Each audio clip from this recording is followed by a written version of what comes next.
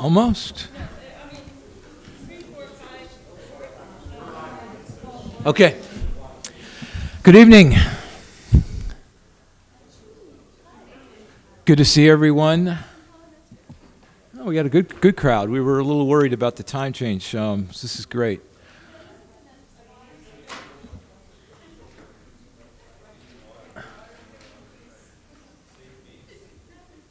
As I mentioned, and as I think you all are aware, the design review board is coming in here at 7:30, so I've been informed we're going to be pushed out of this room promptly at 7:30, if not a couple minutes before. So I don't want to waste much of our time. I was talking to Jan as we were gathering to get ready, and she suggested, and I think it's a great suggestion, I want to throw it out, that instead of hearing me drone on much tonight, that we reserve as much time as possible to engage you all in a continuing discussion. You all, I'm hopeful, have received a copy of the consolidated review draft. You've no doubt, if you've received it and had a chance to look at it, you'll no doubt see that we've attempted to track all of the changes that we've made since you last saw the document in its component pieces in the 3 modules. So it should be fairly easy to identify what's been changed since you last had an opportunity to review it. We've benefited greatly from past discussions, not only as part of the module development over the past few months, but even predating that as we came forward with the concepts and directions report, engaged yours and your neighbors' thoughts about that through public workshops in these meetings. And then, of course, the discussions we had about the modules helped to inform many of the changes that we made to the draft, and we thank you very much for doing that. We look forward to your continued suggestions and involvement for continuing to improve the draft. Our thinking at this point is that we want to sort of broaden the scope of discussion and debate, so we're hoping sometime in the next month to begin discussion with the planning board, hearings beginning sometime in March. One of the things that should have been on your desk is a letter that's been vetted by the council and a lot of groups that is going to go out to all the property owners in the city to remind them once again that this project is going on and that we certainly want them to be aware of it and to join us in discussions, questions that they may have, and just letting them know that we're going to be beginning here in the next few weeks a broader public discussion in the form of public hearings beginning at the planning board level. We'll continue to meet as an advisory group. We still have Module 4 to work on here in the coming weeks, and tonight and in ensuing days, we want you to continue to give us comments and thoughts about the consolidated review draft. Unless anyone has any objections, I think, does everyone kind of feel like they're familiar with what's in the document now and would just like to have some discussion of their thoughts about that document? Does that seem like the right approach tonight? Dennis? In fairness, would it be good to start maybe from that side this way this time, since we always seem to be the one to start that? Magnanimous of you. Sure, I think that's a great. Because I'd like to have the opportunity to hear comments going that direction first before we review. Absolutely. I'm sure I can handle Poor Brett, he's switched sides and now he's still on the end. Yeah.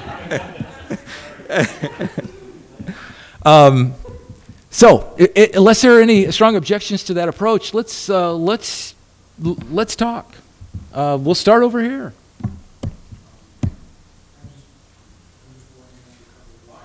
That's for right now.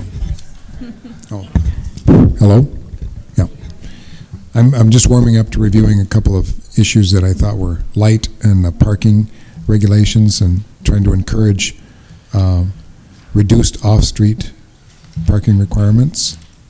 And I see that many things have been addressed, and I apologize for missing the last couple of meetings in this regard, but I had made a suggestion with Doug Harvey a couple months ago that perhaps the city could identify, he basically stated that the city couldn't guarantee that any street in Missoula could guarantee off-street parking. And I thought that was a little high-handed and suggested that instead that they pick main arterials that they knew could convert, as Orange Street did, from a parallel parking street to a main arterial, that they could identify those main arterials and make sure that they would always be there for major crosstown traffic, but that most other city streets could be used for off-street parking because they're certainly wide enough, they're curb guttered and stormed. In that way, it would allow higher densities for development within the city, and not for parking, but for people. I'm sorry. The requirements for off-street parking are so high that the preemption is to try to make sure that we could put off-street parking on the city streets so that there'd be less parking requirements for an urban infill development. There'd be less off-street parking requirements because the streets were right there that could be used for parking. That's what I meant.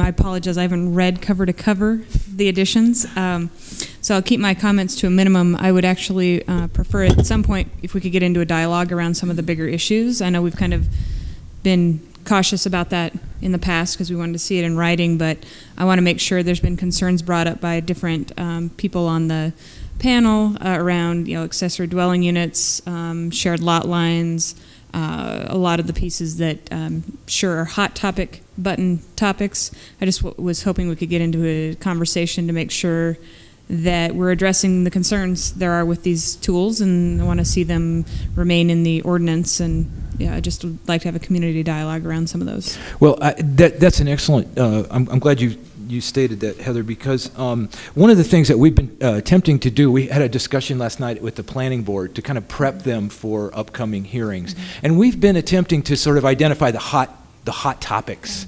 And you put your finger on some of them. Probably more. What we consider to be the hot topics based on the discussions that primarily that we've had in these rooms are displayed on this board up here. So that would be another thing I'd be real interested in hearing about tonight, is whether or not you think, at the moment at least, this captures what you've perceived to be the really hot topics. We expect moving forward in the public hearing process that this list will grow as folks come forward and say, well, I noticed something in there I'd really like to talk about, and it's not on your list, and we want to add that to the list. I think that'll provide a sort of rational method for the planning board and ultimately the council looking further out to sort of pour through this document, because I don't think anybody envisions a sort of page by page kind of review. Another thing I'd be real interested in, I'm glad again that you mentioned it, is if you think there are items that should be added to this list. And feel free to start talking about these, start the conversation on any of these topics at some point this evening. Okay, I'll go ahead and be quiet for now and pass it around, but then we can talk in more detail. Well, I'm surprised to see small wind energy conversion systems up there, because I don't even remember talking about them at all. But maybe that's why they're a hot topic. I don't know. Well, I was sort of midway putting myself to sleep reading this. I apologize. I was in the halls in Helena, and in between chatting about bills with some of the other partners here, I was trying to read this. So I thought it was kind of fun to see the small wind energy part, and the thing I was thinking about was, I wonder how they decided that they could be this tall and not this tall. And so those are things that are kind of interest, but probably not where we want to spend most of our time. You probably found it in a book somewhere and put it in here. I was very excited to finally see if the words affordable housing appear somewhere. I won't mention the page in case it would get me in trouble, but that was nice. I stumbled across it. I like to read that one of the things I had brought up about being nice to urban chickens, you actually did be nice to urban chickens. So I would just say from my efforts at reading this, a couple things struck me. There's a lot of good things in here. I really appreciate that they were things that a lot have been batted around in some of the different discussions I've been in. Finally, they're all sort of seem to be in here, which is nice to see. I think originally when we started, I was hoping that we would perhaps do a little bit more than we've done, but I'm pleased with some of the places that we've gotten to. So overall, while I obviously I don't pretend to be an expert on a lot of the detail that some other folks might be on here, I think it's something as a community member and as someone who's concerned about housing, it's going to be fairly straightforward for me to say to people, come support this document. Let's pass this so we can get into some things that maybe some of us would like to do a little differently than this. So thank you.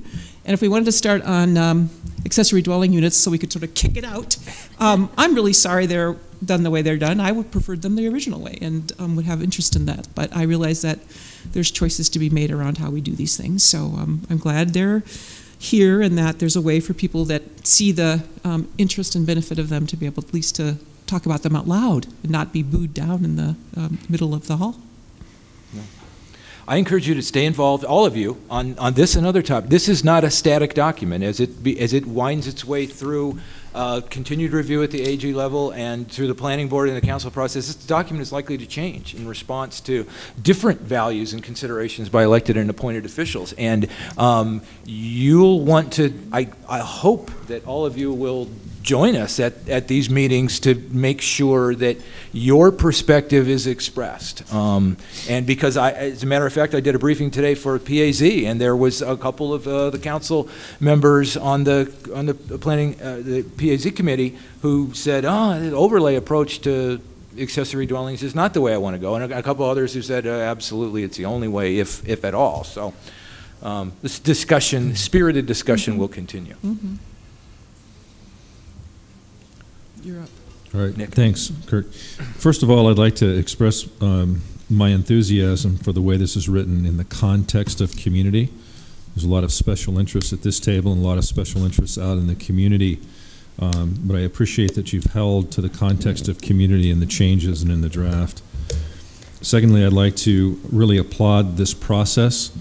Well, there's been a lot of criticism about process. I've been involved in a lot of different community processes, and this is a great process, and I really appreciate being able to be part of it. And most recently, I've put my efforts into reviewing the sign portions of this ordinance because it's something I have a passion for. I want to thank Linda and Gary, the Chamber of Commerce, for their input, and once again remind everyone that signs, as well as other parts of the ordinance, need to be placed in community context. And so as this ordinance goes through the public hearing process, it's important that we hear both sides of the argument with regard to signs and both sides of the argument with regard to accessory dwelling units.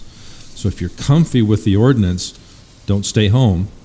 Make sure that you keep your comfort level, because typically the people who will come and speak are those whose oxes are being gored.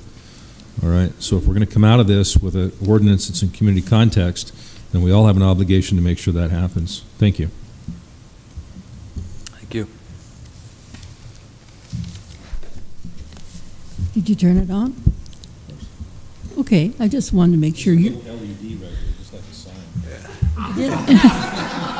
Huh? It doesn't flash, so you wouldn't recognize it. Can I change my seat? I knew this was a mistake. Yeah.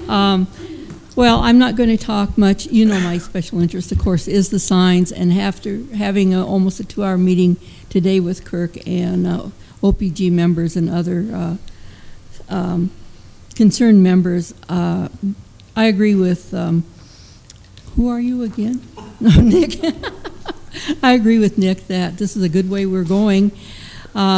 We have some things that we discussed today that we're not quite sure what they mean, and it's just a matter of changing wording, so I'm not going to go on that. I have some concerns about ADUs. I have concerns about chickens in the neighborhood, having had those growing up and remembering the smell in my backyard from the neighbor clear across the alley. But anyway, we're not going to get foul about this either, so I'm actually going to acquiesce any more comments on the sign chapter to Gary, who's put in hours and hours on this too. And of course, anybody else that's interested in the signs can ask me any kind of question, well, almost any kind of questions they want about it, and maybe we can clear up some questions other council members might have. So I'm going to pass the mic.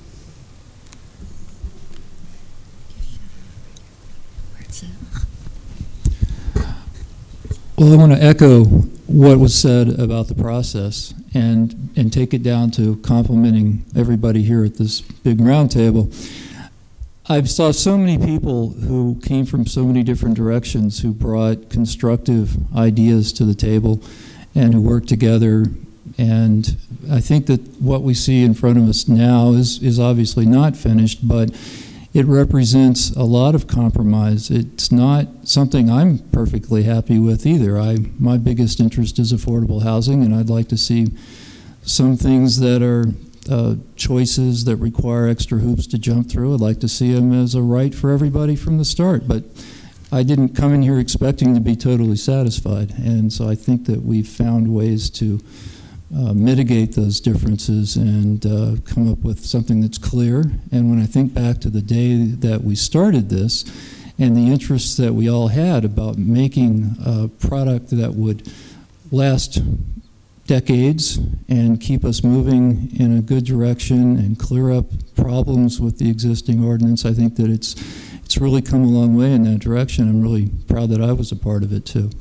So, but I hear you about stepping up and being a part of the process from now on, so I just want to say I think that sounds like a good idea too, because the things that I think are good compromises, I want them to stay compromises, not big problems. So, thanks. Thank you. Well, myself also, I would like to thank Kurt Lavelle and the OPG staff. They've been very responsive to some of the positions and the questions that I've had with regard to the commercial portion of this, signs in particular.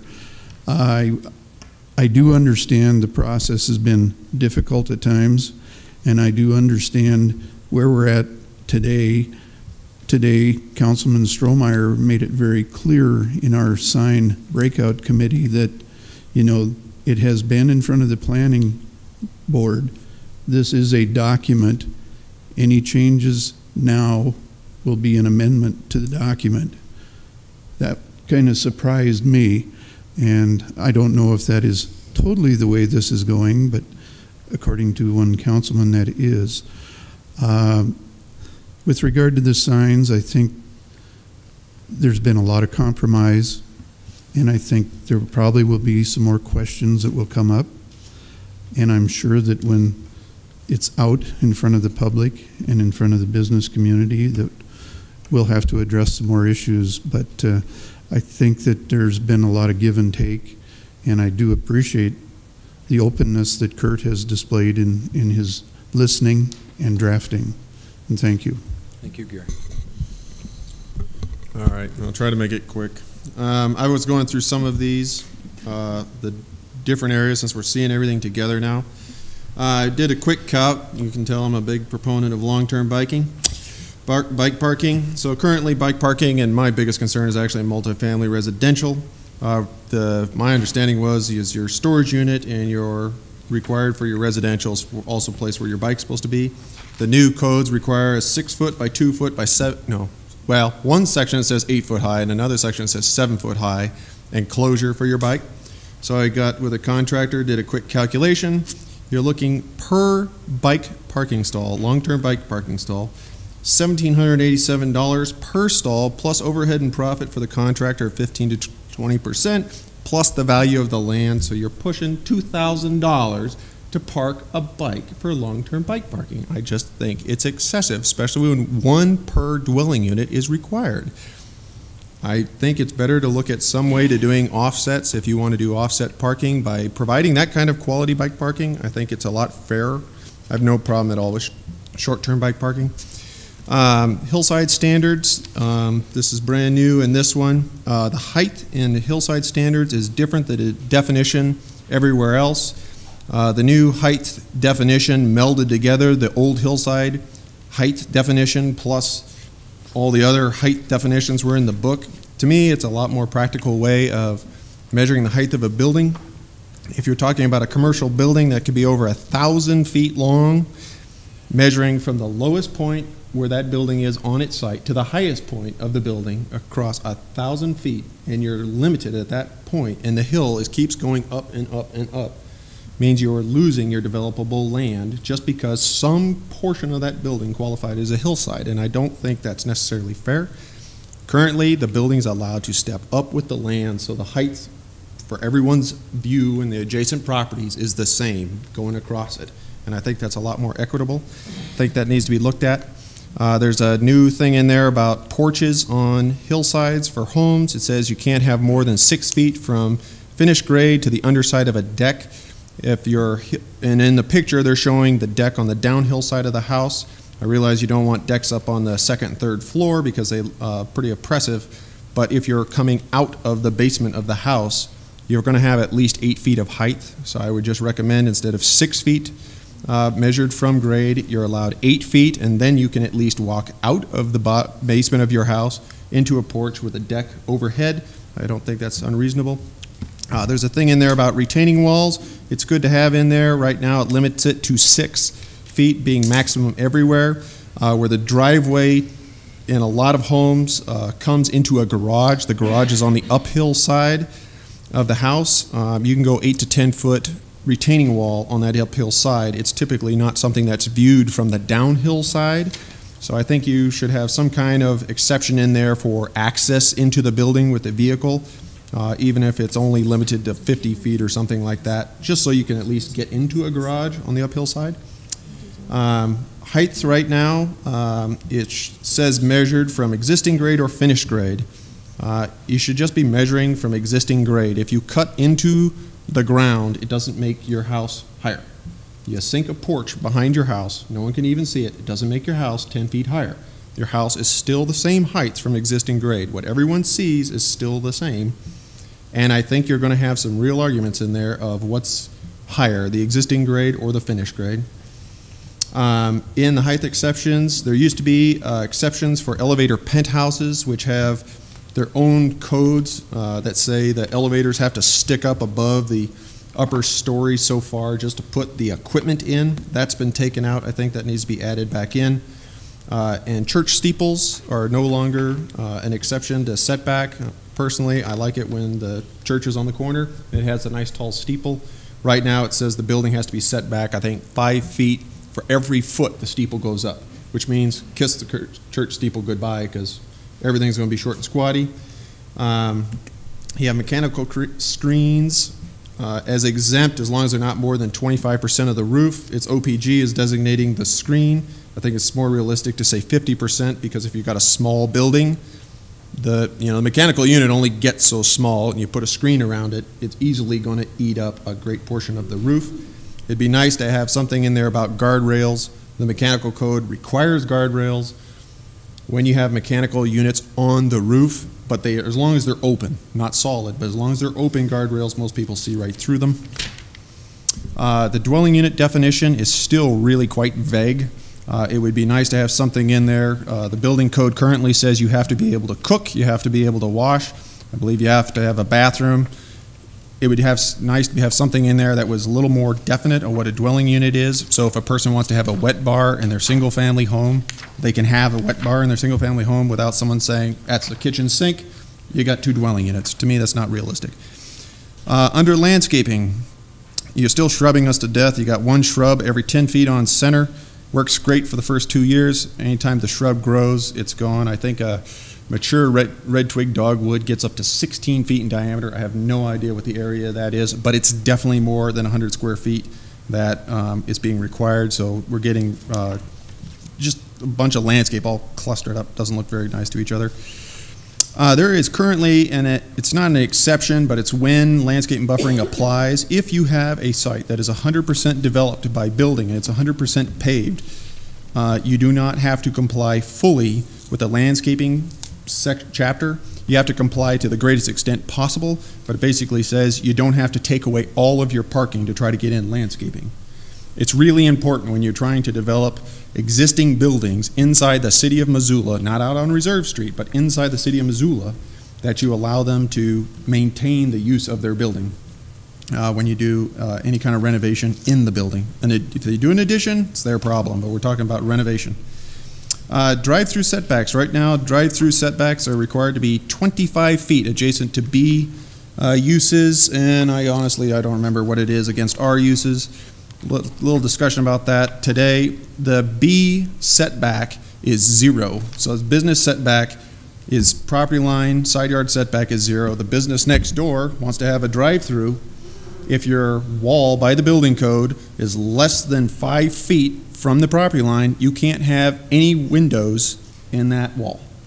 So if there's no windows in the wall, you're not going to be bothered by exhaust fumes coming out of cars against that wall with no windows, and you're not going to be bothered by any sound speakers coming from that window. And so I don't see why the office building next door needs to be penalized, because the guy next, or if you had a drive-through, office building moves next door, and now the drive-through is non-conforming, so his business, he's done. He can't do much, and I just don't think that's fair. Other than that, from what I can tell, it looks pretty good. The hillside chapter, I'm still not 100% sure how it applies. Maybe if you could have a second, give us some clarification of when it's triggered, that would be nice. Okay, yeah, I'm glad you mentioned the hillside chapter and the wind energy thing. As all of you are familiar, you hadn't seen those chapters before, and I was going to point that out, but since I didn't make a presentation, I forgot to mention it. Yeah, the applicability of the hillside chapter would be pretty much as today. It's based on slope category. Today, anything with a slope of over 10% is subject to the hillside regulations, as I recall. One change that we have suggested in the hillside chapter is to increase or raise that threshold from 10% to 15% as a hillside condition. Other than the change of the slope class that triggers compliance with the hillside chapter, the applicability would remain as today. Do you measure across the building? A lot of times you get a site basically isn't on a hillside, but some chunk of it is.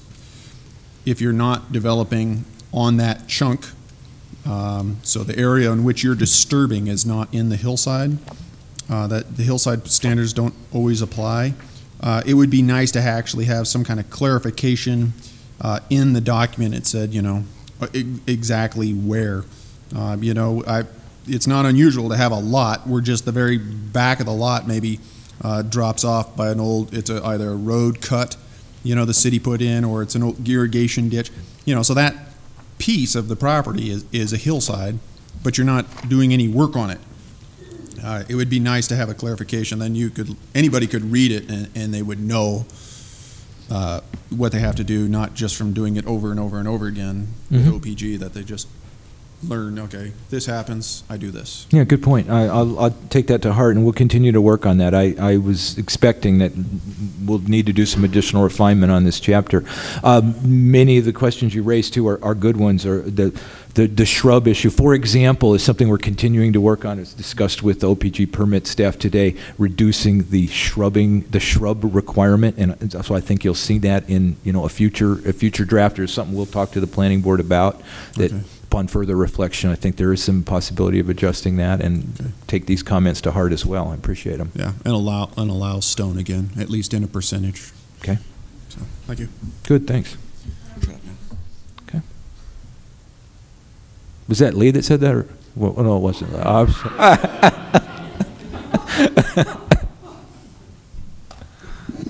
I do have comments. Oh. Okay. How could that be? It's really obvious with this advisory group that there are people who have very, very different takes on things. Some have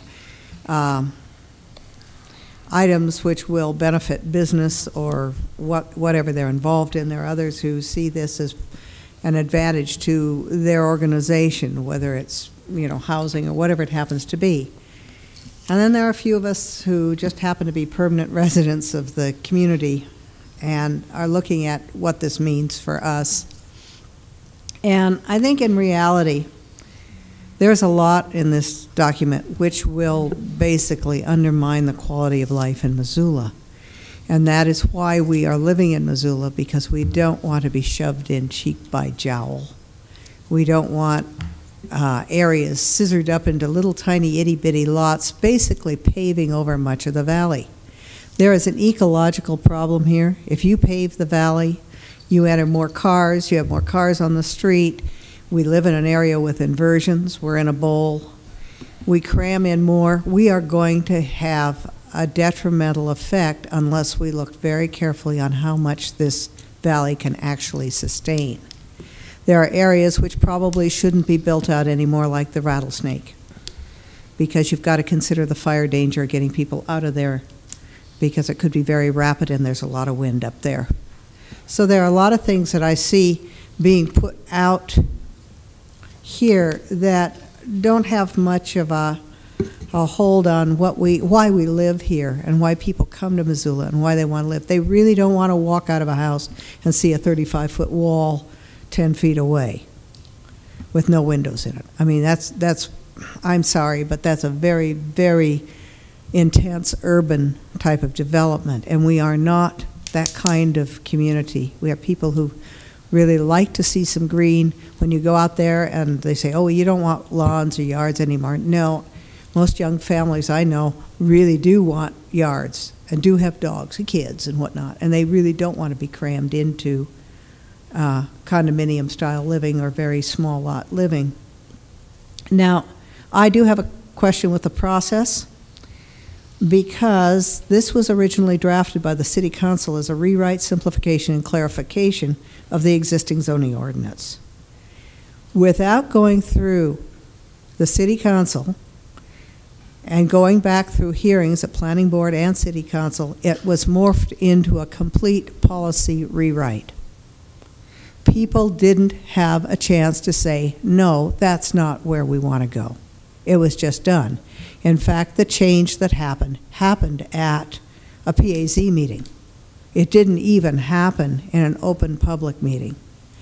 And this has got a number of legal staff really excited about it. And I think there is a good possibility of lawsuits on this because it didn't go through process.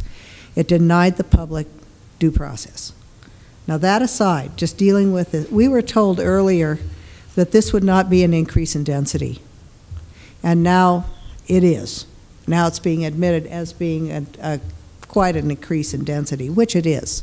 If you drop ADUs in the city and all available in all areas with single family, I'm sorry, wrong word, single detached homes, then you are going to double the density.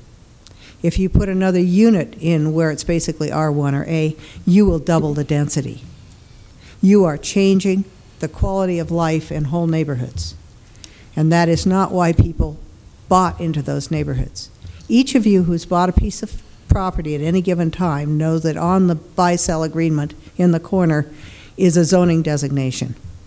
And it'll tell you what you bought and what the restrictions are on it.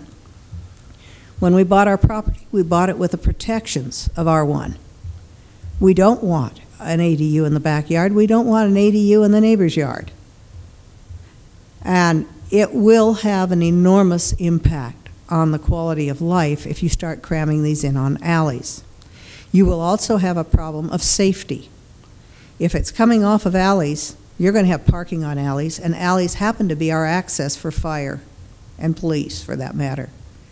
I know one police officer said to me, if we put in ADUs, we're going to have a dramatic increase in crime. Think about what you're doing and think very carefully.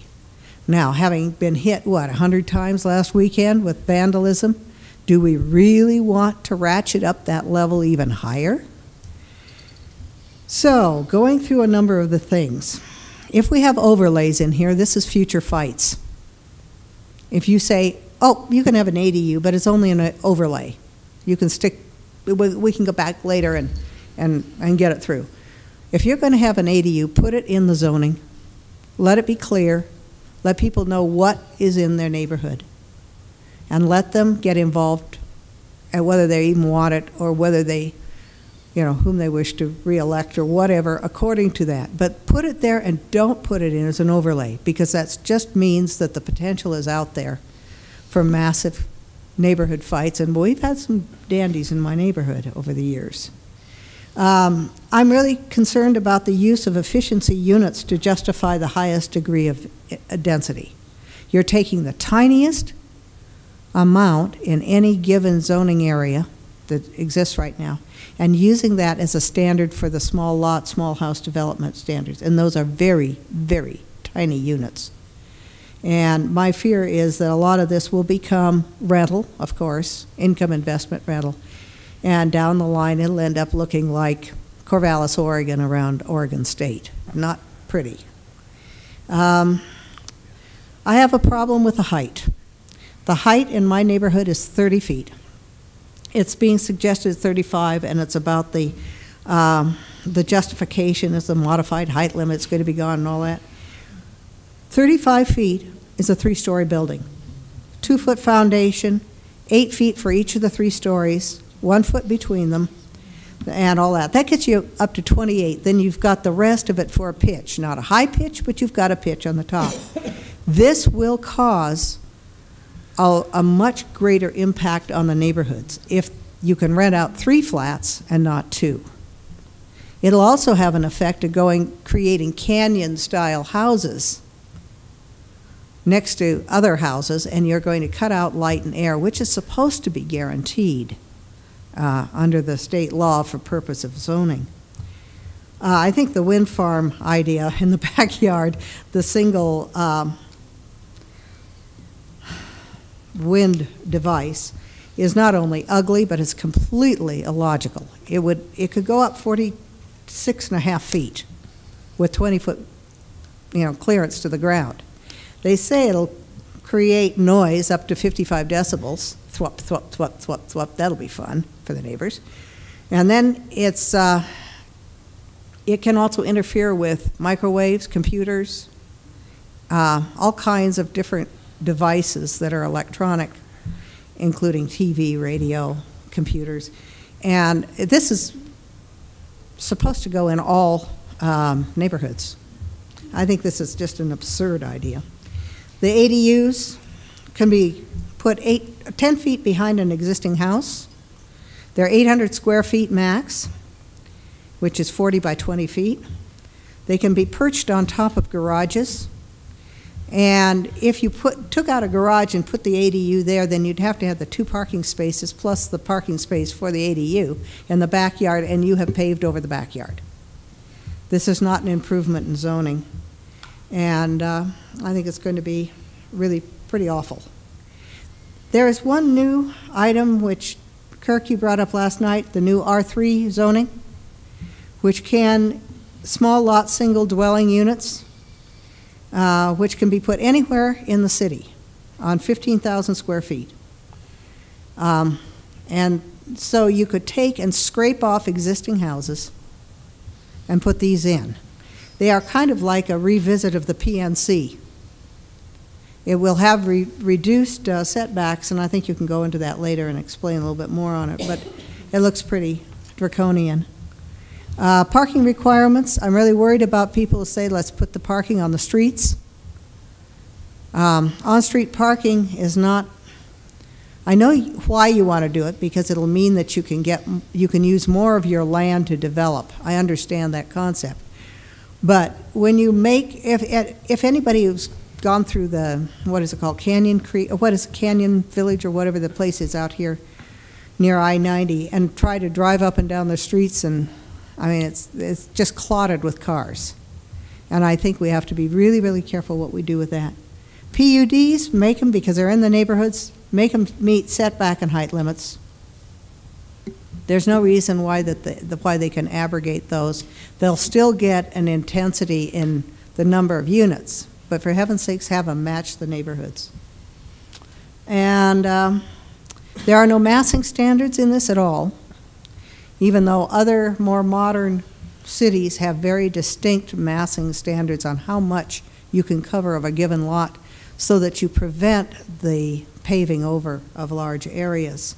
It was interesting, I went back to Mike Cadis's small lot development standard document, and he said that a unit should not cover more than 35%.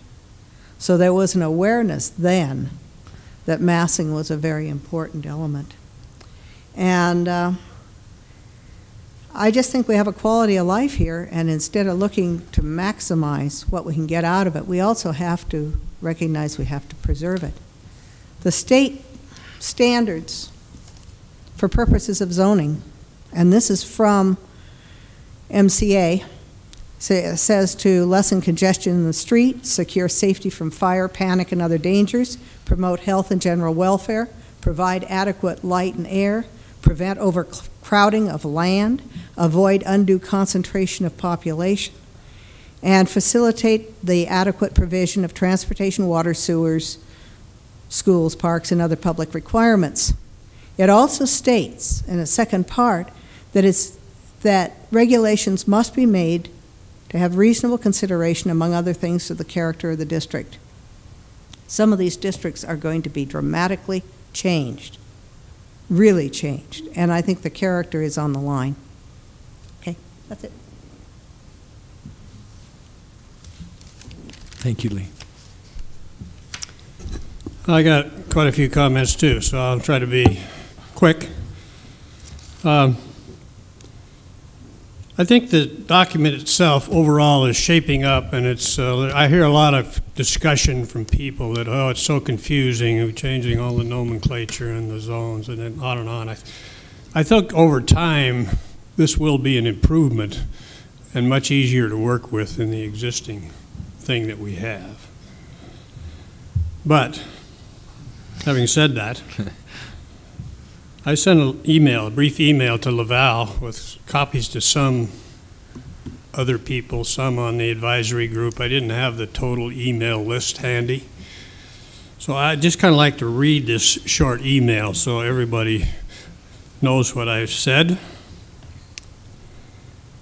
And it started out with some comments that at the last meeting I had passed out, I'd taken time to write down, I think, 6 issues that I felt were significant that needed to be worked on further.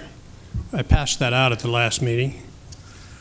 It didn't happen to show up in the minutes, and I think 3 of the 6 items showed up on the 9-item hot topic list. So this is what I said in my email. While the overall rewrite product represents an improvement in format and clarity in comparison to the existing code, I cannot support it unless the items on my list and similar items detrimental to the quality of life and property values of existing single-family homeowners voiced by other members of the advisory group are completely rectified.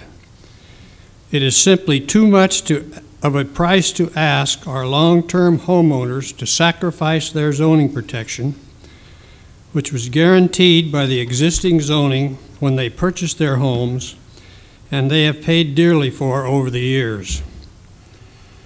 When this exercise began, it was simply to clarify and streamline the process. It was not supposed to be rezoning, but it has now been encumbered by proposed infill tools, some of which are warmed over from prior long-winded debates in the recent past and rejected at that time. Going on to an even bigger picture concern that I have, those of you familiar with the recently completed long-range transportation plan will know that the picture is very bleak indeed, much worse than portrayed by the plan's last revision 4 years ago.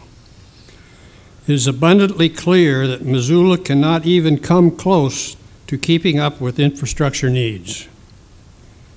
It is pie in the sky, not based on facts, to conclude that the building more trails and buying a few more buses will rescue a system that continues to be based on the concept of funneling all traffic through the heart of town. This is a very serious concern. There is very serious concern that it is directionally incorrect, to adopt a rezoning policy designed to allow even greater population into the community, thereby exasperating the impossible traffic congestion situation we're facing over the next 30 years. Okay, that's the speech.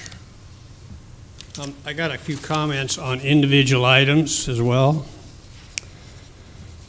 On the ADUs, it's proposed to have that as an overlay and go through the general overlay approval process.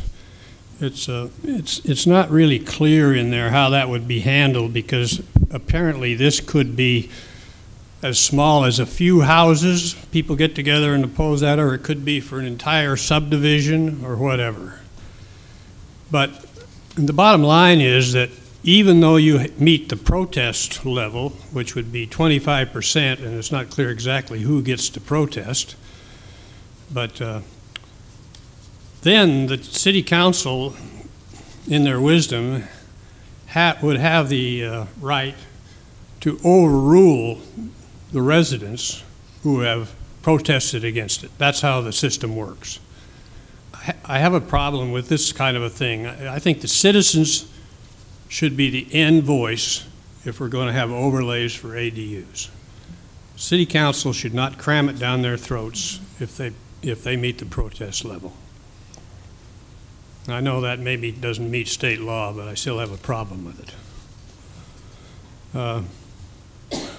Well, on the hot topics, the planning board did ask individuals to send them issues that they felt were hot topics, because the planning board indicated that they were going to review this list item by item.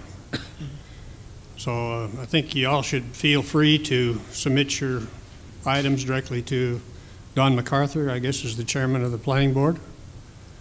Some of the hot topics that we have been expressing here around this table have been filtered out, and I don't think they should be filtered out anymore. I think they needed to go right to the planning board so they know what the folks here have as far as hot topics. The A3 zone, R3 zone, that's an interesting one, because many of us worked on the P&C debate for a long time, I guess for over a year. And at one point in time, I thought, and other people thought, that we were seeing the new subdivisions out to the west were being built on small lots, close together, but there was not a zoning classification to apply to those types of developments. And they're not all that bad, those developments, you know. But there's no zoning classification right now to apply to it. So I don't have any idea what the size of those lots are, whether it's 3,000 square feet or 4,000 or what, maybe somebody around the table knows. But I think that's a good thing. But if you look at this now, as Lee said, it's really kind of turned back into a P&C type thing, because it says 3,000 square foot lots, and you have to have at least 15,000 square feet. So that's 5 houses. So here we are right back to the P&C again. I think that R3 is good, but I think it should be for bigger subdivisions, not as a tool to cram in 5 houses in existing neighborhoods. One of my items was that I was hung up on density bonuses as high as 50% for PUDs. And I noticed that's been scrubbed out. And Laval correctly pointed out at the time when we were talking about it before that that was put in there to kind of cap the bonus that could be taken, right? Maybe somebody might ask for 100%. Well, if you take it out, they can now ask for 100%, but I don't know what the answer is here, but I live in Grant Creek, so we have a nice urban area there, but which is rural, wildlife protected, many conservation easements and so forth. I have concern about a PUD being open-ended to have any density bonus at all, because there are ways to save more of the conservation land and open space, but not if you triple the density. And the way the approval process is that only those people who happen to bound an area there within 150 feet, I guess, would have the opportunity to protest. Whereas I'm sure the entire group of residents in the Grant Creek Valley will go over the moon and want to protest a major development there that is high density. So that's a loophole there that I think needs to be closed. The little windmill idea, I agree. I haven't even read the write-up, but that's no way. Don't like that one. Who wants those things? What about my birds? They're not going to be too happy about it either. So now the other thing that I'm just a little bit confused about it is there's this new section on group living, and I'm not sure what a group living is. Is that some special type of a thing, like a residential home or something, or is that just any group who decides to rent or buy a large old house and live as a group? Because the formula you got in there, it just so happens comes out 8 people max in all zones, right? On the minimum size lot, yes. The number increases as the lot increases. So I'm not sure what the intent is here, and of course we can all visualize that a lot of folks these days, not too many these days, would have a family and 8 kids maybe, right? But you know, it's there's a lot more behind this, because we struggled in this community for probably 2 years with an occupancy standard discussion and debate, and it was finally vetoed by the mayor. I'm not sure whether it was a tie vote or whether it was approved and the mayor vetoed it, but whatever. It'd be interesting to go back and refresh our memory on what the occupancy standard levels the folks in the university district, for example, at that time felt was reasonable. But this is a straightforward thing you got here. 8 people, period. No matter where it is in the community, that's all you can have living in a house. Is that what that means? No, it's not. Again, the 8 is correct, but the 8 only applies to the minimum size lot in that zone. As the amount of land area increases, as the lot size grows, more people would be allowed under that group living proposal. And there are any number fall under the group living rubric.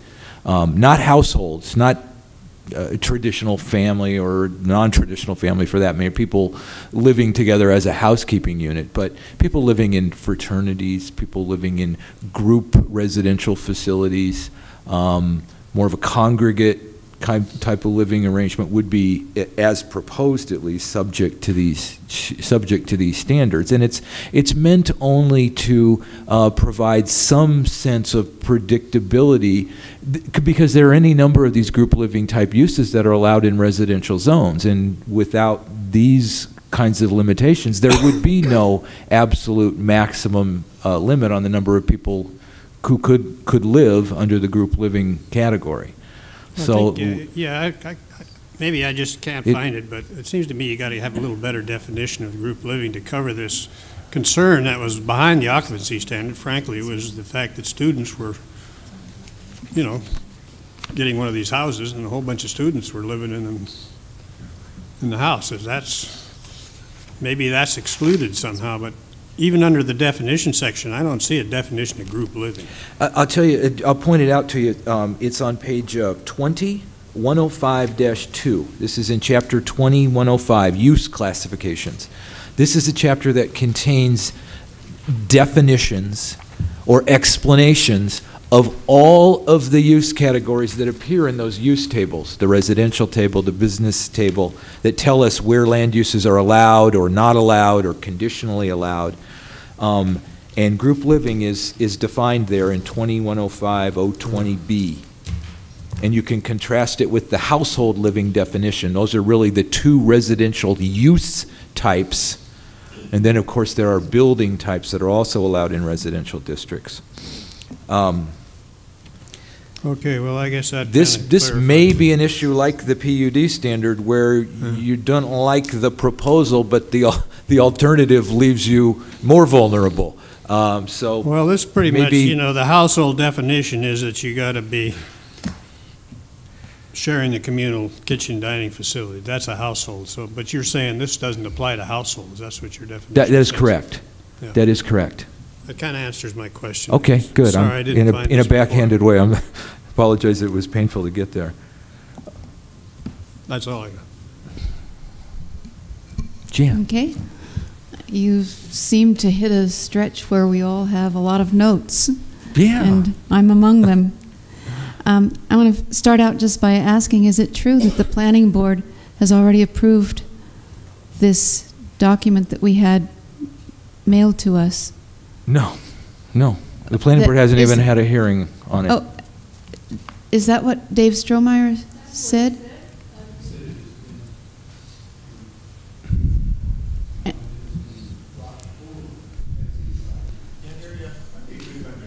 Yeah, let's clarify that. Yeah, I don't want to go any farther until I hear where we are. Thanks.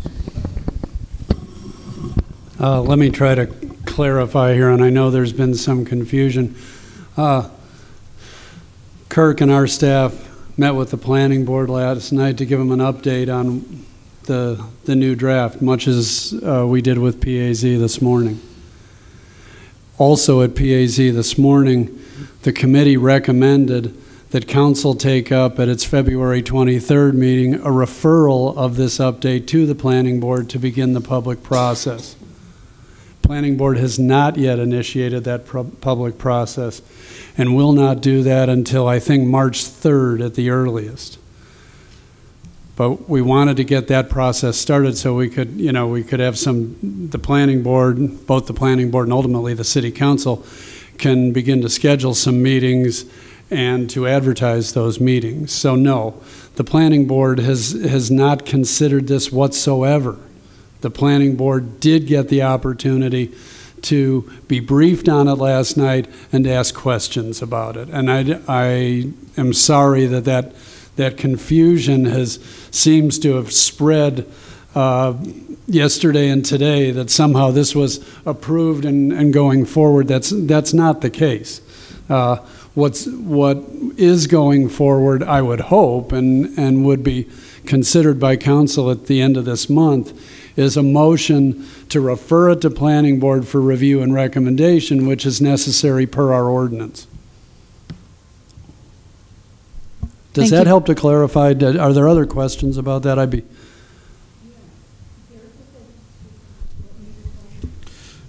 Yes, today in the breakout committee meeting, Dave Strohmeyer did make mention that since this document was brought forth to the planning board in its current situation or draft, that changes would have to be brought forward as amendments. So that is a question. Now, what does that do to Kurt's redrafts of the current document that we have? Would they be amendments to this document as was stated, or does there another draft come forward? If there are recommendations that this group, for instance, or Kirk or whomever wanted to make and bring forward, we can certainly include those in what's forwarded to the planning board. As additional material for consideration. It wouldn't be formally an amendment at this point. I mean, as I said, this has not been referred to the planning board yet. Council will not vote to do that for another week and a half at the earliest, if they do it at their meeting the 23rd. So in the meantime, if there are alterations, those can be made administratively, if you would. And I don't want to contradict one of my bosses, but the other and this is one of the things that is now subject to discussion. I mean, we're moving from a technical phase to a political phase. So what we've attempted to do here is to identify some of the policy issues to inform further discussion, where both the planning board and city council will basically be asked to either approve, reject, or modify proposals that are coming forward. But if for instance, I mean, I think a couple different points have been raised tonight, where I suspect Kirk will want to make modifications in line with things that have been offered.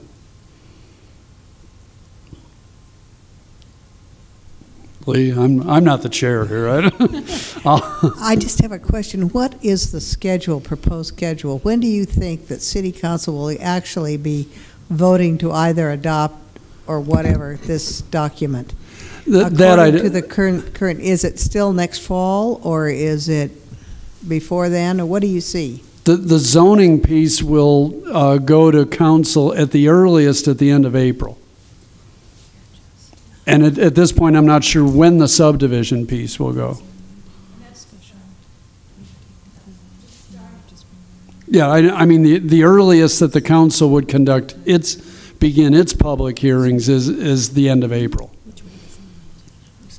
And I can't tell you when they would finish their consideration of the zoning piece.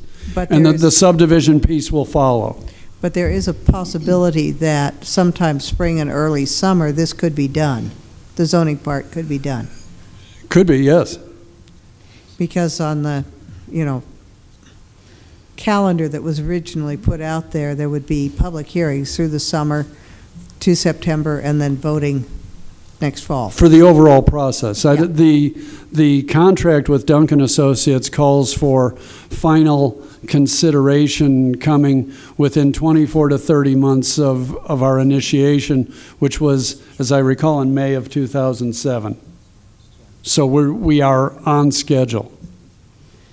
Is that helpful? I have a question.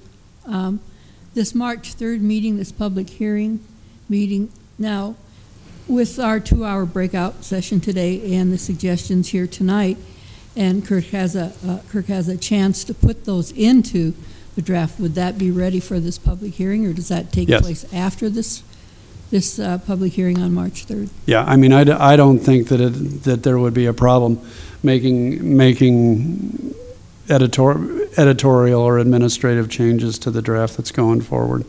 Okay. That it's Duncan's product until that point that council sends it off to the planning board. Okay, we were just concerned from what we were obviously misinformed at that meeting. And well, and certainly, in the context of how this has gone forward, and in our attempt to incorporate the recommendations that folks have been making, I mean, in the staff report, we would certainly point to changes that had been made, or even, the staff could indeed, given substantial changes, recommend amendments. Okay. Nick, did you? Yeah, I'm sorry. Go ahead, Linda. No, I'm sorry. I interrupted, as I usually do, but I just been concerned that all of us here tonight still have fine points that Sure. we'd like to compromise on, if not actually see our ideas put in whole, but compromising. And all of a sudden to realize we're getting close to our deadline, we're all just getting, I think, a little nervous that there is some more language that needs to be changed or compromised on, and we were hoping for that opportunity, and you just cleared that up by saying that, Kurt. And we certainly hope that there will be a termination to this process at some point. Well, actually, I'd prefer another 2 years. Because this committee could, or I mean, this community could discuss this forever. And in fact, I think when I first came to the planning office back in 1980, we were developing a comprehensive update of the zoning code. Well, if it comes to an end, we will have spare time. And have we ever addressed that in our lives before? Most of this group, no. Or for me either, so. You're part of this group, Linda. Yes, I am. No. Anyway, for another couple months, not years, right? Okay. I think Nick. I'd hate to predict it. Well, hey, I'm in my 49th year, and I've seen a lot of arguments for not only signs but for zoning, and so it's kind of been almost a secondary life for me. Well, I hope we get this done before your 50th birthday. Oh, me too. Thank you. I'm going to let Nick talk. He's been sitting here twitching. Yeah, I'm afraid I was almost out nicking Nick there for a minute. Go ahead, We Nick. need to raise the nit power on this light. And have it flash. I just want to encourage the members of the Citizens Advisory Committee to stay on board in this process. We're still doing our work. Yeah. I took time out from a business day to appear before PAZ because I felt the council had hijacked the sign portion of our work. And they wanted to take the sign portion out and do it on their own. And I was pretty outspoken at that PAZ meeting to keep it in terms of process. And Brian, while I appreciate very much that you have access to the planning board anytime you want or the city council anytime you want, but I would certainly hope that if you have comments about this proposed ordinance at this point, that you share them with the rest of us and share them with Kirk so we can finish our work before we start making comments to the planning board about what we may or may not be dissatisfied with. So maybe I'm misinterpreting your comments, but I'd love to benefit from the comments at this group, and Lee and Brian and Jan. I'd sit here for 2 hours or in the next room for 2 hours and listen to your comments because I think it's important. And I don't think we should be jumping, I don't think the city council should be jumping into our process, nor should we be making our comments to the council or the planning board at this time, while you certainly can. But you should make them here so we can all benefit as a cross-section of the community and get our work done before we move to the next stage. Thanks. Brian, do you want to get on I mic? thought maybe this is the last meeting of this advisory group. Is that right, or what? What's planned for this group? You still have a subdivision module to review. Yeah, but on this zoning thing here. I mean, is this the last gasp for the advisory group, or? I mean, I've been kind of holding fire. That's what I'm afraid of. Matter of fact, I had an interview with the Missoulian. I didn't ask for this interview. I had this interview. None of us do, Brian. And, but I told the reporter, look, I've got a number of issues that I'm concerned about, but I'm going to sit back and wait to see whether these issues are addressed to my satisfaction in this final draft. And I haven't gone out to my neighborhood and said, look, there's some danger signs here that could affect your neighborhood. I haven't been tried to sell this thing to the neighborhood or trying to tell them it's a bad thing. But I can take your point there, Nick. We should try to get on the same page, or at least have a list of issues maybe come out of this advisory group that needs to be worked on further by the planning board or the city council, and it also need to be explained in more detail to the citizens. Let me remind you, though, that this group, and I don't mean to be Scrooge here, but it was not formed as a body that would make a recommendation. I know that. It was formed as a sounding board for the consultant to help inform him to do precisely what he and we have done here, is to try to identify what the community concerns are that will ultimately be political questions before the planning board and the governing bodies. So that if this group wants to meet further, or if individuals in this group want to make recommendations to the planning board and the governing bodies, that, those processes can go forward and will. Because the way I see it is that what I think is an important issue is that concern is not shared to that degree by Kirk or whoever he's getting his direction from. So I don't want these things to they're important to my neighborhood, a number of these things. I mean, this thing about home occupations, that's very important to my neighborhood. You're making a little business on any lot potentially with this home occupation definition. Without getting into the particulars, though, again, I mean, it was never envisioned that this would be a group that would reach consensus on all of these items. And in fact, your value, much of it is in the fact that you will not reach consensus, that you represent very diverse interests and opinions. Yeah. And I think that has been very valuable and very informative to the consultant and frankly to our staff, and will continue to be valuable input to both the planning board and the council. And Jan, I'm sorry if I've gone on too long and interrupted your list there. No. Did I answer your question? I asked the question and you've answered the question. And if I understand you, Nick, you would like to see the city council slow down their referral. Is that correct? No, not at all, Jan. What I was talking about is this group bringing their comments forward at this group rather than withholding them from this group and moving right to the planning board because Mr. Bishop won't have the benefit of those comments. So what I was talking about is let's finish our work. Let's all provide our comments to the benefit of the consultant and OPG. And then when it comes to the planning board, we can work there and also work at the city council. Okay, thank you. I do have a stack of comments, and I'll try to make them fairly quickly. And thank you, Mike, for answering the question. I feel a little bit less redundant than I did before I asked it.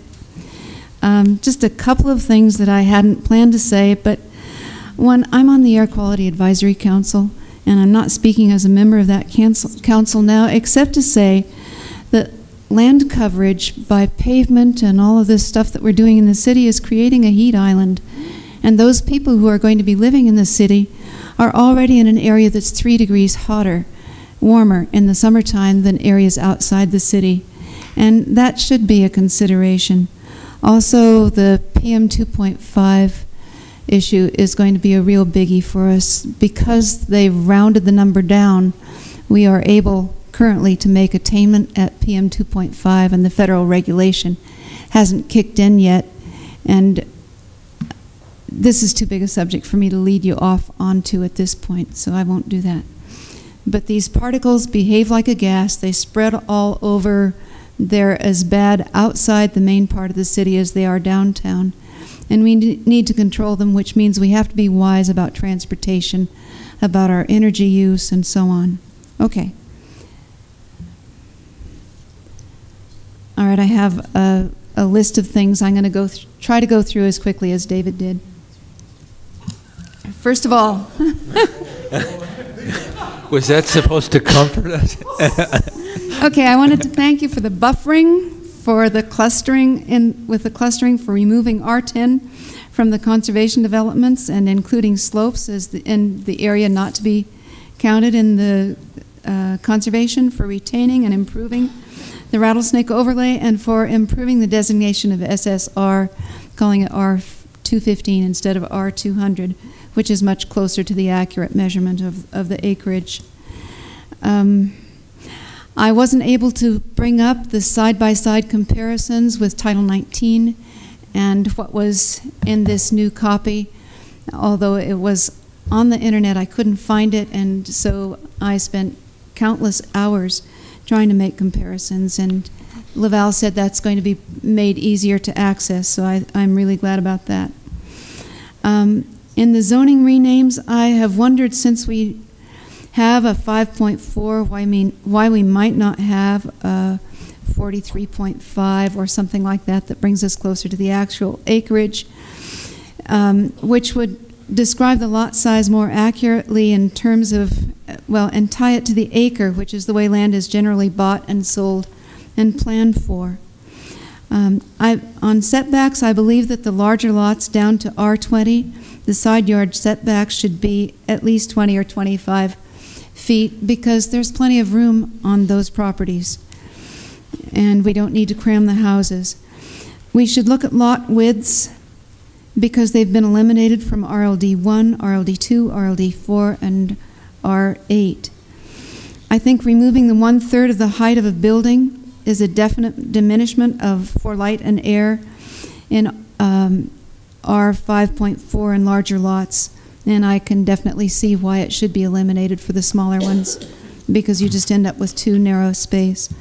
On building heights, historically A has moved from A to R1, from 40 foot to 30 foot, because the A area residents preferred the 30-foot building height.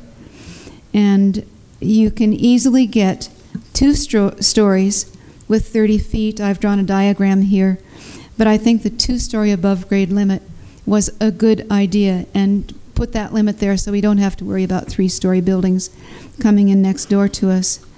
Under uses, I know that we need to talk more about ADUs. I think they are going to bring so much controversy into neighborhoods, especially with the overlay, that if you're looking for something that is going to be just too divisive, that may be it. Likewise, I would like to see more explanation of group living, and I will reread it as Brian is doing because I was concerned about that. On the neighborhood character overlay, just a question. What would the minimum area for a neighborhood character overlay be? Is there, I'm hoping it's fairly large so that it doesn't end up looking like spot zoning, and I'm not even sure if that's something that could actually happen.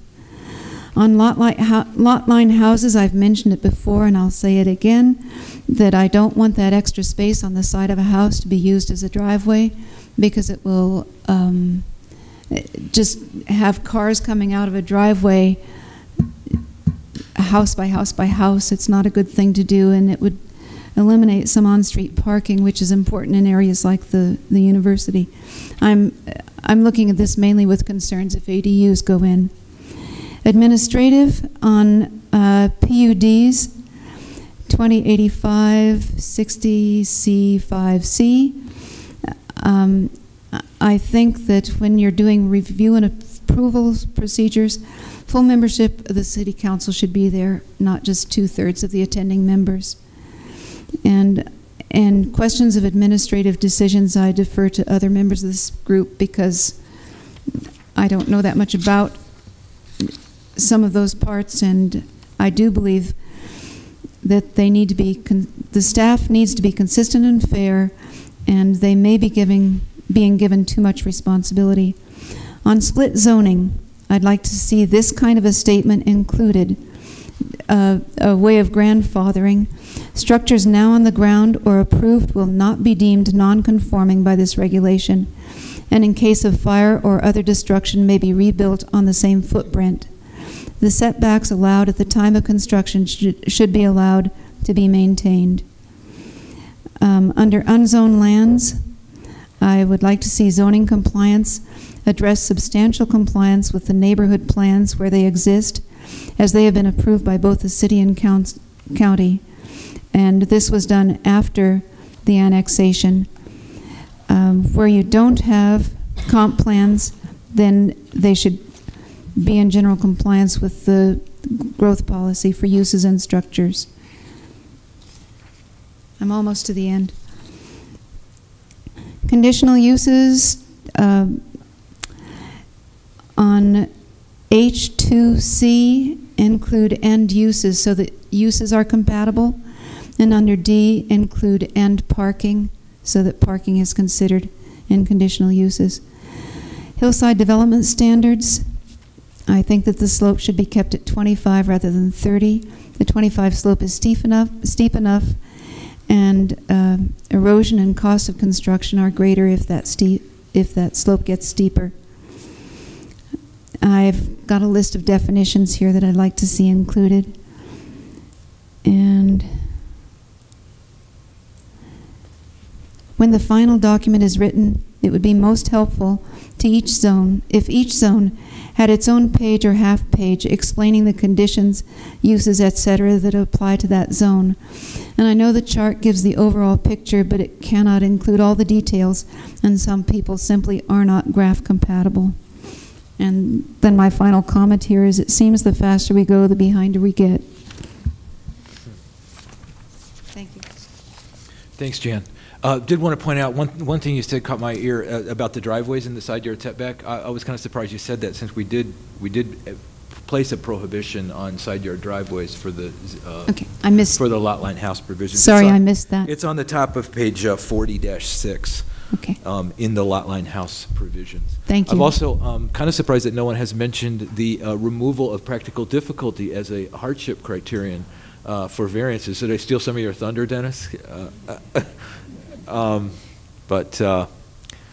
Well, thank you for those comments. And please forward the list of your definitional things and the entire list. And those of you who have written lists, please either leave them behind or email them to us.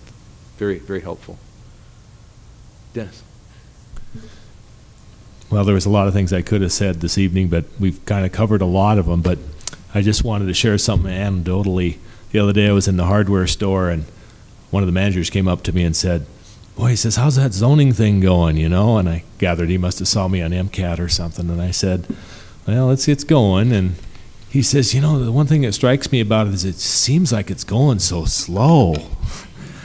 And it took me everything to just say, you don't know how complicated it is to go through it. But I said, well, we're making headway, and, you know, we're trying to do it right. So, but just a couple things, and they refer mostly to your hot topic issues. Number 7, procedures, administrative adjustments. It's a new addition. I realize you'd stated that there in the revision. I have a lot of trouble with it. I guess I question what the need was for it. I understand that administratively OPG is looking for abilities to streamline some of the process, but having had personal dealings with some of these issues, more specifically about lot sizes, things like that, and it just seems to me that it's something that gives a little more advantage to OPG, and maybe not an advantage to protectionisms for the residents. With that said, I'm uncomfortable with it. I don't know that I'm really approving of that addition. Mm-hmm. You also mentioned about, nobody said anything about practical difficulties being removed. I had a note here under variances 2085-090 under intent. I think it might be good for the benefit of the reader, particularly if it's a homeowner, to understand what hardship is. Hardship has been something we've wrestled with a lot, and again, I've dealt with it personally. I'm glad to see the practical difficulties removed. I know you talked with Mr. Nave about that, and I think that has been a bone of contention as well. But it might be beneficial if in that's under intent, maybe there'd be a brief description of exactly what the definition of hardship is. My understanding of it is it has to do with the land, but there's been some confusion amongst variant applicants or appellants, I guess you'd call them, knowing what hardship meant. Some thought it had to do with the applicant. You know, he ran into some kind of hardship, either financial or whatever, and that's not really what my understanding of a definition of hardship is. So it might be helpful there and alleviate some possible confusion for the readers to define it. I don't know if we can do that or if we have to refer to state law on it, because that's where the final hardship definition really falls, or whether we can define it within our own code as well. So that people know whether they have a viable reason to question a hardship issue. Other than that, I'm still uncomfortable with ADUs to a great degree, the overlay possibility as well. But I'm sure we'll be discussing that more as we go here, so that's about all I have. Good, thank you. Brent.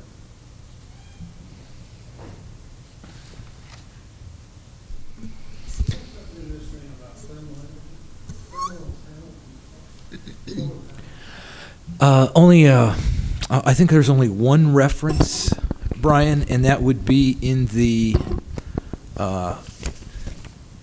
measurements chapter where we talk about building heights and the things that are allowed to exceed maximum building heights.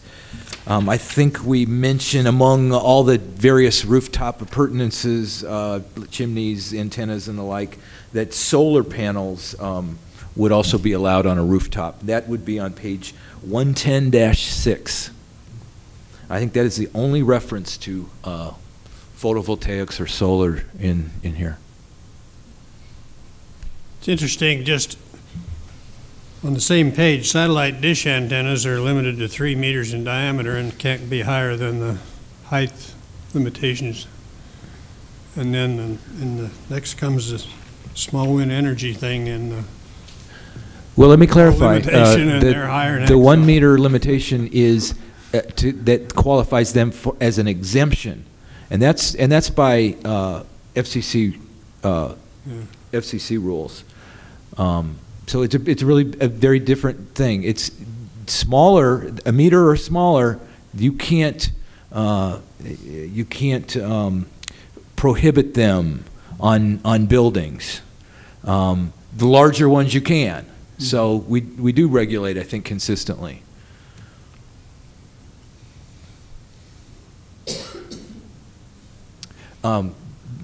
Brent, not only do we put you at the end, we're not going to let you talk. Go ahead.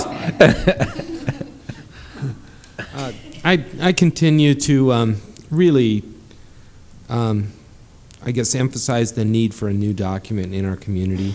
It's really going to make the design and what happens in the future of our community really improve the quality. And I think the document does that. I mean, I look forward to actually having the opportunity to work with a document like this with the clarity that's built into it. This organization, or this board, this advisory group, if you will, has no authority.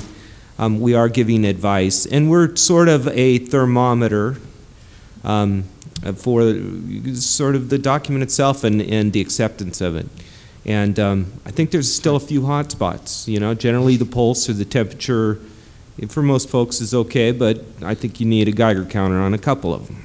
And those hot spots are a concern to me. And so I think we need to figure out how we're going to ferret those out in the process.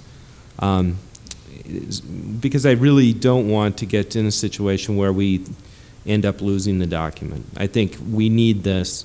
I've heard the planning director say numerous times, if there are issues, tell us about them and we'll take them out. And I think the big one, you know, your list is good. I think parking needs to be added to it. I've heard that from several people tonight. And I think your single biggest issue is the perception, and I've heard this from numerous people, not only on this committee, but the perception of increases in density resulting from changes to this document, which in some people's view changes the map, which is one of the issues that we really felt like we couldn't do with this document. And so I think that is the single biggest one. And I think even, you know, in listening to Lee's comments, though that is the crux of what I'm hearing from her, is this issue of density, massing, and there's that perception that that's really being increased in the document. So I'd be interested in a comparison of various sort of density residential, especially in the residential, what would be allowed here versus what exists, and how much of that is perception and how much is reality. That's an excellent point. It's one that Lee has mentioned a couple of times, and again last night at the planning board, was sort of asking for not only these side-by-side narrative comparisons, but kind of taking some prototype lots or neighborhoods or blocks and seeing today after the new ordinance, what's the difference? And all we think that's could be a very useful exercise, but what we need is for somebody to define the parameters, because left to our own devices, we're going to choose a hypothetical or a neighborhood that then we come back and show you and you say, that's not representative, it's not the one I wanted you to do. So if someone has some ideas of how they'd like to see this testing occur, I'd welcome that, and then we begin the work. All the way around Lee's house, I think, would be a good place to start. around our neighborhood. Why didn't I think of that? Yeah.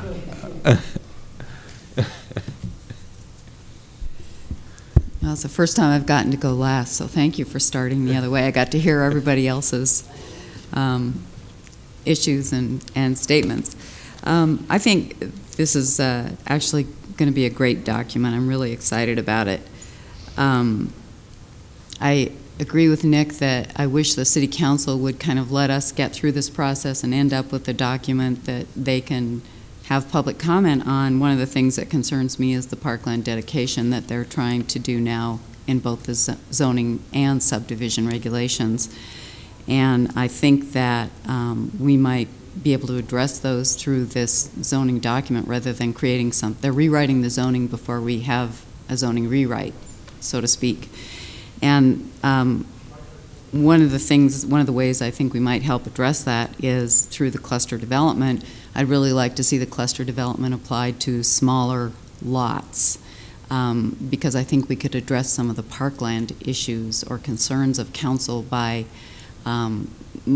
using this cluster development idea in a smaller lot way. I really like the way that you've illustrated the lot lines. That really helped me a lot. I think that the way you've defined them is very good, where you said that they can't put them up against existing houses and things like that. So I thought that was a very good in terms of defining exactly what those would look like. I'm delighted with the R3 neighborhoods. I think those were a great addition for young families, people just starting out in their first time. As a first-time home buyer, those are the only things they'll be able to afford, so it really helps people build equity and become more self-sufficient. So I think that's a great addition also. I have concerns with ADUs. I was really happy to see a lot of the things you put in there, which define the style that they can be, and some design standards and some square footage restrictions, even where you could put the windows not looking into neighbors' houses. I think that goes a long way to mitigating some of the issues that some of the concerns I've heard here. And I found a document on the HUD website, of all things, a case study of ADUs. They have six examples of ordinances that were written in other places. And I saw some of the things in here in your document, a few of them that were very similar. But this might be interesting for people to see too, because there's lots of different ways you can look at them and different things you can do. So maybe we could send us the link if you would, and maybe we'll link it to the website. Yeah, and I sent it to Laval, okay, so good. Maybe Laval could distribute that to the group. Sure. So I think this is a great process. I was serious when I said we're just starting to have fun. So I hope we do get to continue. Good, good. I want to take a second to talk about this R3 district because I didn't. Got one more person. Oh, I'm sorry. I don't have much to say other than I'd like to second what she said, that I'm very excited about the document that's coming together. The document that's coming together. It's going to make my work incredibly much easier than it has been over the last 20 or so years, trying to find especially newer zoning information in newer zoning districts which have never been in the booklet that has existed, and continuously having to bug people from the Office of Planning and Grants to get copies for me out of their files and that kind of thing, and this is going to make things much easier. I would like to second what somebody said, I think it was Jan, that it would be helpful to me if it's possible, especially in the residential zoning information, to have a half page or a page which kind of breaks down the residential districts in a description, mainly because I often have to use those kind of things in my appraisals, and it's easier for lenders or homeowners to understand if it's got a page there that they can read. And sometimes that's easier for people to understand than the graphs. Mm-hmm. Other than that, I just wanted to make a comment thanking you for the work that you've done and the consulting group. I think you've been a tremendous asset in the process, and I would also like to thank the Office of Planning and Grants for all of the work that they do. They're a terrific bunch of people, and anytime I've ever needed help, they've always been there to help me, and I just wanted to make sure that that was said. That's very nice. It's been my pleasure as well, and I look forward to continuing as we have some work still to do. Just want to spend a second on R3 because it's come up a couple of times, and I didn't do an overview of all the changes, so I didn't get a chance to give my spiel for it or explain it. This is a proposed new zoning classification. It just showed up in the consolidated draft. It was in response to some of the concerns that we've talked about, housing affordability and first-time home buyers and the like. And it, as a new zoning classification, it doesn't exist on the map and wouldn't even upon adoption of this ordinance until somebody comes in and requests rezoning, or there's some kind of area plan or something and the council initiates it. If that actually happens in Missoula, I don't know. But the idea of a minimum district size was not meant to conjure up images of PNCs. It was meant to sort of provide some guidance for how small an area could be rezoned to this classification. If people are uncomfortable with that, I apologize, and you know, that could certainly fall by the wayside. I don't quite understand the concern about it. I mean, there are zoning districts today, reflecting on your comments, Lee, where you were concerned that this is going to be a tool that somehow causes the leveling of neighborhoods to be rezoned to that process. There are zoning categories today that allow for smaller lot, 3,500, 3,600 square foot, or multi-dwelling. I don't know, I don't understand why this district poses any more of a threat than does the existing B classification or RH. I mean, those are on the books. They could theoretically be applied in your neighborhood, but they won't be. So there's no intention that this is a tool for neighborhood destruction, but rather an available zoning classification that could be applied through the rezoning process with all the rights of public participation and involvement. And so that's the story behind it. Now, it's been our practice to take public comments, so let's spend 5-10 minutes or so in making sure that folks showed up, that they're could be accommodated. Harold, you want to?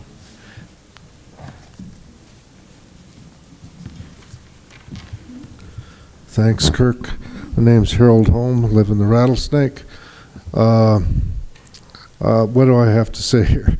This isn't the best process I've ever seen. It's not the worst either.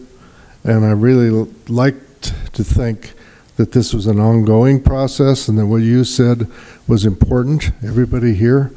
And I don't like the rush idea. It seems like a stimulus package we're trying to do here.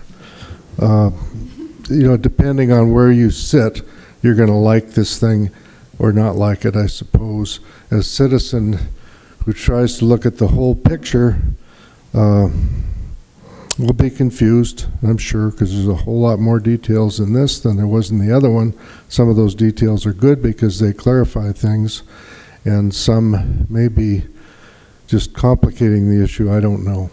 But I'm concerned about a couple of the hot items. The density thing, we tried to work with Kirk on discussing the whole notion of density and dwelling units per acre, so forth. And I'm not really sure how this process worked. I know how they said it was going to work. I'm not sure how it's actually worked, because when we talk to Kirk, does Kirk then have to go to Laval to get go ahead to go ahead? And I'm just not sure. And that transparency is important in any public process that you do. And I think that some of these changes will benefit some of the people. And I think if it benefits anyone who's working on this project, then I think that should be disclosed. I'll just say that outright right now. I'm concerned that when we did rename things, I'm not sure if we simplified anything or not. The old document talked about, you know, residential low density, et cetera, and so forth. That was pretty clear. Then we started rounding down, and we rounded down to 200 on the 1 per 5 acres, or 200. That bounced back up, thankfully. It was at about 200 is about an 8% difference. Then you start dropping down to the other classifications, R80, 40, 20, 10. That is an 8% giveaway. I don't know if you want to call that a density bonus, but it's sure a giveaway. It's that far away from the other classifications. And I think that should be addressed. You can address it through simply assigning a number that's really close to what the actual acreage situation is. ADU-wise, I am concerned, again, because we lived through all the strife and grief in the other documents. I think it should be thrown out of this document simply because it is that big of an issue, that big of a controversy, I would say. It could work in some areas, not saying it couldn't. I don't know how an overlay, how big is the overlay? How big is the area? And there's been no attempt that I've seen to map in Missoula where the rental densities already exist. I know that there's a lot in the university. I know there's a whole bunch in the lower Rattlesnake and some in the upper Rattlesnake, and that's simply because of proximity. So the question is, do you want to take and cram a bunch more in those areas or put them somewhere else? I think this has to be analyzed a little bit better before you go ahead with this. So that would be the main things that I would be concerned about. I'm concerned about unzoned lands because I'm from the Rattlesnake, and that's where we have some difficulties with them. So when you're describing that in your document, I think there should be a really clear policy and refer to the comprehensive plan if you have one. We do have one in the Rattlesnake, and be very careful about how you dole out compliance permits, because if you can simply have 2 out of 5 things, then you want to be sure that you capture what's really important there in your plan. You know, zoning without planning is ridiculous. And if you have a plan, perhaps it should be followed, and followed fairly closely. You have some terms in there: substantial conformance, substantial compliance is an issue with all of our growth policy things. So those should be defined so we know what we're talking about. I'm going to quit right there. Thank you.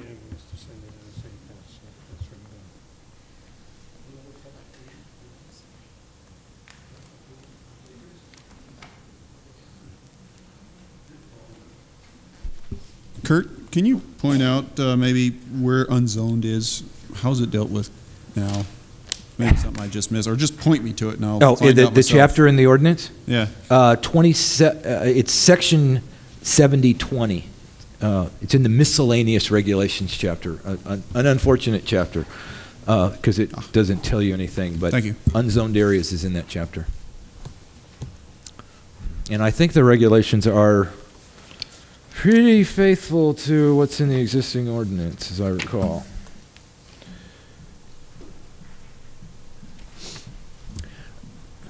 Lee? Thank you for the clarification at BOA. It makes it a lot easier for us. It makes us feel better about dealing with what's in the state law. There was one other issue that came up which might work. There are times in which we, as a board, are in opposition to OPG and the city. We sometimes are on different pages. I think in a case like that, it would be nice if we added that in those extreme cases, we could request our own attorney. We did once, but it didn't get anywhere, even though it was a unanimous vote by the board, because we feel it's really hard if we are in opposition to OPG and OPG can't be represented by both, Nugent can't represent both us and OPG. Yeah. Okay, that one you might have to take up with the council, since that probably has some fiscal implications that I may not be at liberty to add. But I respect the thought. I understand the issue well. Honestly not sure I've seen that provision in ordinances, but at the same time I'm not sure how it's handled, because there can be a client relationship issue there. You want to, shall we spend time going back to our hot topics list. I wanted to say that on March 3rd, if things go as we think they're going to go, and this notice goes out, and the planning board does begin to have some hearings beginning on March 3rd, the idea is that on March 3rd, the entire meeting would be devoted to taking comments from the public about items that should be added to the. This thing has several names. We're now calling it hot topics. That's Heather's term. I'm going to take credit for it now. So that's, again, if the referral goes through, the planning board starts the hearings on March 3rd, that will be the substance of that meeting, making sure we've defined the universe of things that we need to explore in depth. And then beginning as early as maybe the following week, they'd begin to sort of start churning through the issues, and then it would go on as long as it needs to go on. Nick? Listening to Lee's concerns and Jan's and Brian's, and Brent, I think you had some wisdom in what you said, because we don't want to sacrifice the ordinance. It seems traditionally that we can have different districts. We have commercial districts, and we have industrial districts, and we have single family and two family and multifamily. Then we have different densities in the residential zones. And we're not worried that a heavy industrial district is going to come into our neighborhood, which would be a zoning change. And we don't seem to be worried that a highway heavy commercial zoning district would come into our neighborhoods either. But suddenly when we start to talk about densities, and let's just use the R3 as an example, then it becomes a very real concern that the R3 could be applied as a rezoning, but it have to be a rezoning. So my question is it the mere presence of districts that allow high density, or is it the concern on how areas might be rezoned? And if maybe you could add some clarity to that, I'd sure appreciate it. Thanks.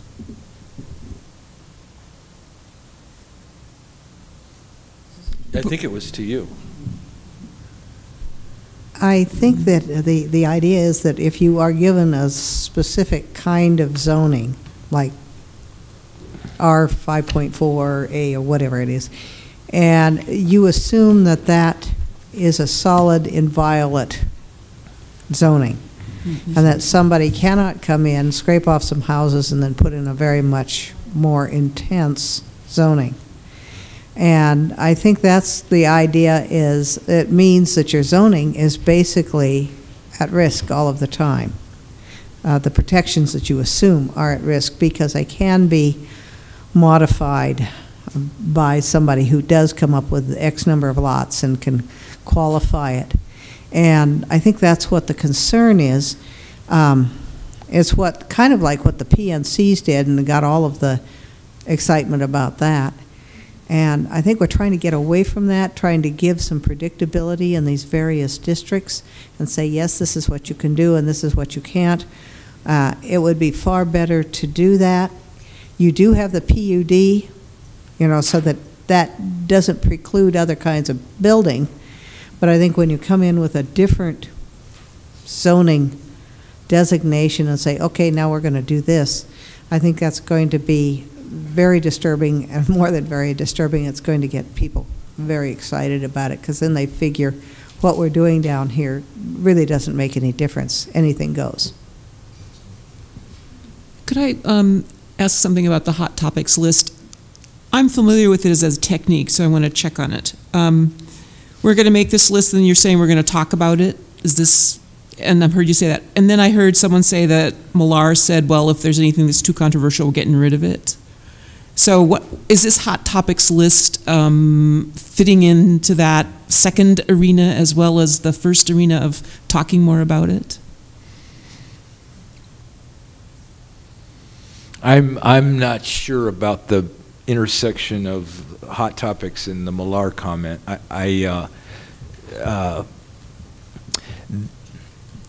I guess let me just say this, because we're running out of time. Go ahead. I'm going to be very concerned if we drop out everything that we have some different views on, because that's the whole thing we've been doing here. And some of us don't carry on as long as some of the others of us here do.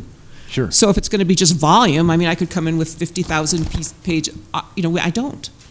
So, and I know Mike has already heard this. So The real question I have about it is I don't mind making hot topics, and I don't mind spending time talking about them, but if the implication is that we have to have a cleansed document of no concerns raised or something, then to me I could have written it before. So that's my concern about going to a hot topics list. Judy, ultimately, the city has hired Duncan to make a recommendation. One of the directions given was that that it's the most important concern here is that we get a new ordinance in place. And so what Roger was saying, and I think what the message to Kirk was, look, if there's anything that is going to be so controversial that it will derail the entire process, it's most likely going to drop out. These are items that clearly have some concern attached to them, but they have not, I would venture to say, have not risen to the point where, no, we're dropping these. Now, having said that, it is certainly the prerogative of the planning board to recommend possibly dropping some, or the council, as I've said before, to say, we want to drop it or we want to modify it. But I don't think that any of these have now, as I say, risen to the point, and I would certainly defer to Kirk and Duncan Associates here, that they're going to be thrown out. And I think that at some risk, I would venture to say that the ADU is an example of that. That the ADU is clearly controversial, but it is coming forward as a recommendation. Now, it is in a modified form. There's certainly people, I think there's still a few of them at the table here, who would like to see it, obviously, not included as an overlay. There are additionally several people at the table who would like to see it as an as-of-right feature of the ordinance. That same difference is reflected on council. Ultimately, that is a political question, but I don't think it is a political question that rises to the level that would derail the entire effort. Does that help? Yeah, and I see Heather might want to say something too. It helps. As I said, I'm familiar with techniques of making lists of things, and so I just wanted to check what that list was really about. So the list, the idea of the list was to inform now the political discussion before the planning board and the city council, not to eliminate those. I think that ideas that have come forward in your discussion up until now, have led to elimination of some items. And Heather, please go ahead, and I can feel the design review board breathing down my neck. I know, and I'm going to say the nasty word of ADU because I was going to use that as an example. I guess I learned my lesson. I'll come with more notes at the beginning because, wow, 2 hours we made it around the table. I just want an opportunity to sit down and discuss specifically the ADU as a group because we have different concerns about it. I'll go on the record. I want to see it in the ordinance.